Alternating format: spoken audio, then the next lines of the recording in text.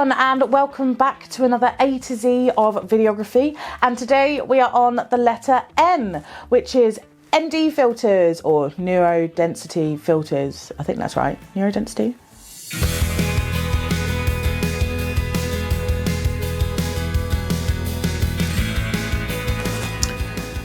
I lied. Neutral density filters. Now, ND filters are a filmmaker, videographer's best friend, especially when filming outside. I like to explain them as my sunglasses for my camera. Now, what I'm going to do is actually demonstrate very quickly I know I'm going to go out of focus, but doing that, you can then see the lighting completely changes with that filter in front of the lens.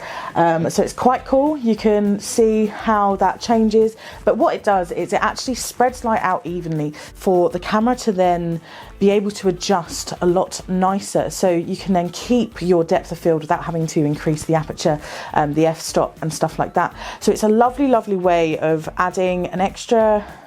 It's just cinematic. I love using my ND filter. Unfortunately, I've only got one for my 12 to 60 lens. I don't actually have one for my 25mm at the moment, which makes me really, really sad. But I will be, it is on the kit list, don't you worry. This then goes on there, which is really, really nice, and it makes the lighting look lovely, and I really do enjoy using my ND filters. Now, this one's a variable ND, so as I twist it, what I'll try and do is move it closer. As I twist it, it actually gets darker, which is really, really nice. If it's extremely, extremely bright and I twist it the other way, and it gets lighter again, which is really handy and lovely.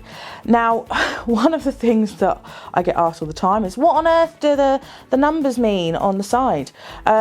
It basically determines the strength of light that's going through. Now, a lot of ND filters will have different types of numbers on the sides. Mine actually has a bar, which is maximum and minimum, which is quite handy instead of the numbers, because the numbers never actually match up to each other on how deep the darkness is going. I'm trying to explain this in easier terms so you understand. For the other different types of numbers, so this one has got the 58C8L on it, and it's a ND2 400. Now that is normally telling you what is compatible with the lens. Now on a lot of lenses you will have those details on the front of here, and it will tell you that this is a 58 and this is a 58, so it will fit the top of that lens and screw on nicely. Oh, nearly dropped it. That would have made me cry.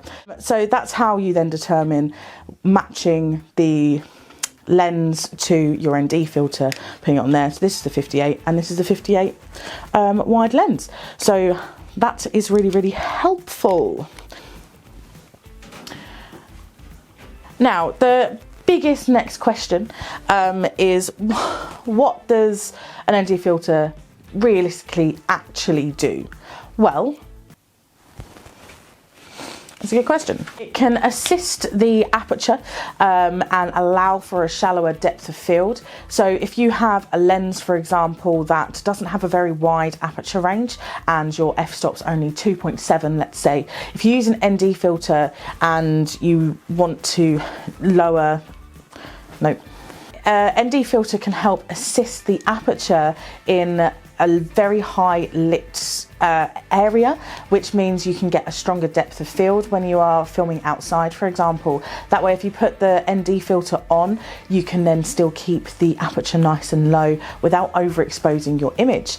It also slows the shutter speed down, which is really, really nice on a lot of filming and helps smooth things out and look lovely. When I say move things out, I mean it helps them become more blurred, so there's a lot of motion blur there, and it helps things look more natural and things moving nice. However, if you're not wanting motion blur, then you might not want to use an ND filter, but again, it depends on the types of ND filters. Now, there are so many different types that you can get. You can even get ND filters that are different color shades and temperatures and stuff like that, so they do vary, and make sure you do your research on the shoots that you're going to be doing on whether or not you actually need an ND filter. I always take my kit one just in case, because I end up using my 12 to 60mm lens quite a lot, and this helps me get the depth of field that I'm looking for, which is really, really handy, and it's a slightly more affordable way of getting a lower aperture, as it were, on your lens without having to pay ridiculous amounts for a different lens. Like I'm filming on the 25 at the moment. But yeah, so that is the letter N on the A to Z of videography, and I'll see you on the next letter.